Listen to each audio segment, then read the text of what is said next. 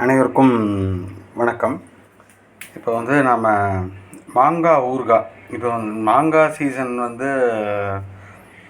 வரக்கூடிய இந்த காலகட்டத்தில் மாங்காய் ஊறுகாய் போடுறத பற்றி பார்க்க போகிறோம்.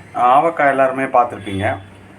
அந்த ஆவக்காயில் இது ஒரு சிம்பிள் வெரைட்டியாக ஒரு திடீர் மாங்காய் ஊறுகாய், அதாவது வெந்தய மாங்காய் அப்படின்னு சொல்லுவாங்க. தெலுங்கில் மெந்தி மாங்காய் அப்படின்வாங்க. அப்படிப்பட்ட இந்த வெந்தயத்தை பிரதானமாக இதில் யூஸ் பண்ணுறதுனால இதை நாம் செய்கிறத பற்றி பார்க்க போகிறோம். இது ஒரு சின்ன குவான்டிட்டியில் உங்களுக்கு டெமோ காமிச்சிருக்கேன். இப்போ இதில் 400 கிராம் மாங்காய் இருக்குது. இந்த 400 கிராம் மாங்காய்க்கு நம்ம கிட்டத்தட்ட ஒரு 10 கிராம் அப்படின்னு வச்சுக்கலாம். ஒரு 2 ஸ்பூனு வெந்தயம், அதுக்கப்புறம் இது ஒரு 20 கிராம் கடுகு, எல்லாமே நல்லா காஞ்சதாக இருந்தால் போதும். மிளகா நாம் தேவையான அளவு போட்டுக்கலாம். இந்த குவான்டிட்டிக்கு நமக்கு கிட்டத்தட்ட ஒரு 3லேருந்து 4 மிளகா போடலாம். கூடுதலாக காரம் சேர்த்துக்கிறவங்க அதுக்கு தகுந்த மாதிரி சேர்த்துக்கலாம்.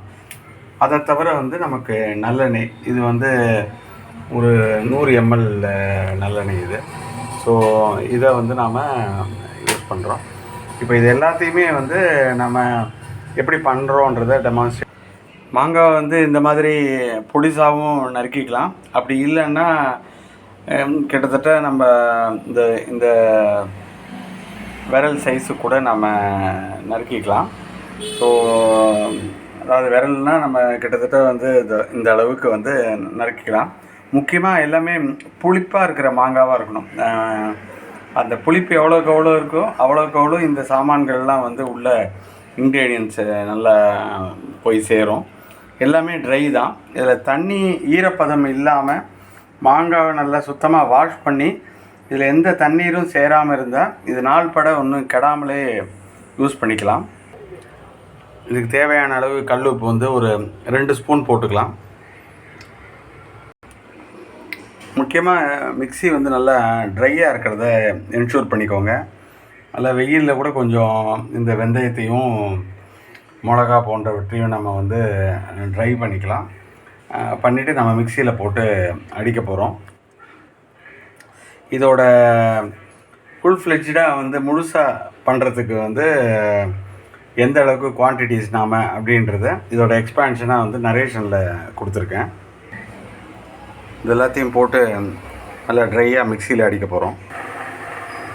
இதை நல்லா இப்போது மிக்சியில் அடிக்க போகிறோம்.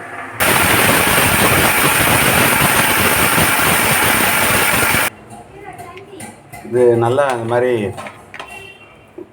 திப்பி இல்லாமல் மேக்ஸிமம் அறப்பட்டுருக்கிறதான்றதை நம்ம என்ஷூர் பண்ணிக்கணும். இப்போது சமீபத்தில் எங்கள் ஊர் கோயில் ஃபங்க்ஷனில் லதா அம்மையார் என்று சொல்லக்கூடிய அவங்க குருக்கள் வீட்டில் இதை பண்ணியிருந்தாங்க. அது ரொம்ப சிறப்பாக அமைஞ்சிருந்ததுனால அவங்க சொன்ன ஃபார்முலாவை பேஸ் பண்ணி தான் இப்போ நம்ம பண்ணிகிட்ருக்கோம். இப்போ மறுநாள் ஏதாவது ஃபங்க்ஷன் வச்சுருக்கோம், நமக்கு அன்றைக்கி ஊறுகாய் தேவைப்படும் அப்படின்னா அதுக்கும் இதை முதல் நாள் பண்ணிட்டீங்கன்னா மறுநாள் நம்ம யூஸ் பண்ணிக்கலாம். நாட்படை வச்சுருந்து யூஸ் பண்ணலாம். ஆனால் நாள்படை இருக்கிறதுக்கு வாய்ப்பே இல்லை. ஏன்னா ஊறுகாய் போட்ட வேகத்துலேயே எல்லாமே காலி ஆகிடும். இந்த மாதிரி நல்லா நைஸாக அரைச்சிக்கணும். இது போல் ட்ரையாக இருக்கிற ஒரு பாத்திரத்தில் நம்ம இந்த மாங்காவை போட்டுடுறோம். ஏன்னா இப்போ நமக்கு விழுது இது எல்லாத்தையும் போட்டு நம்ம செட் ஆகிறதுக்காக ஊற வேண்டியிருக்கும். அதனால் நம்ம இதை மேலே நல்லெண்ணெயை டாப்அப் பண்ண போகிறோம். அதுக்கு தகுந்த மாதிரி இந்த மாதிரி ஒரு பாத்திரம் இருந்ததுன்னா சௌரியமாக இருக்கும். இப்போது நம்ம சன்னமாக அரைச்சி வச்சுருக்கிற இந்த பொடியை இந்த மாங்காயில் போட போகிறோம். இதை நம்ம விழுதாக யூஸ் பண்ண போகிறோம்.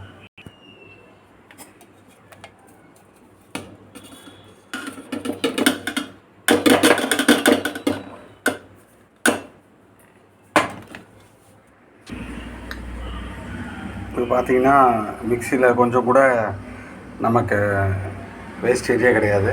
எல்லாத்தையும் தூக்கி இந்த மாதிரி நம்ம இந்த பாத்திரத்தில் மேலே மாங்காய் மேலே போட்டிருக்கோம். இப்போ மேலே வந்து சுத்தமான நல்லெண்ணெயை வந்து நம்ம ஊற்றுறோம். ஒரு 60 ml இருந்தால் கூட போதும். இது நம்ம இது ஊற்றிட்டு ஒரு வேளை நாளைக்கு, அதாவது மறுநாள் வந்து நமக்கு எண்ணெய் வந்து கம்ப்ளீட்டாக இந்த விழுதையும் மாங்காவையும் சோக் பண்ணியிருக்கணும்.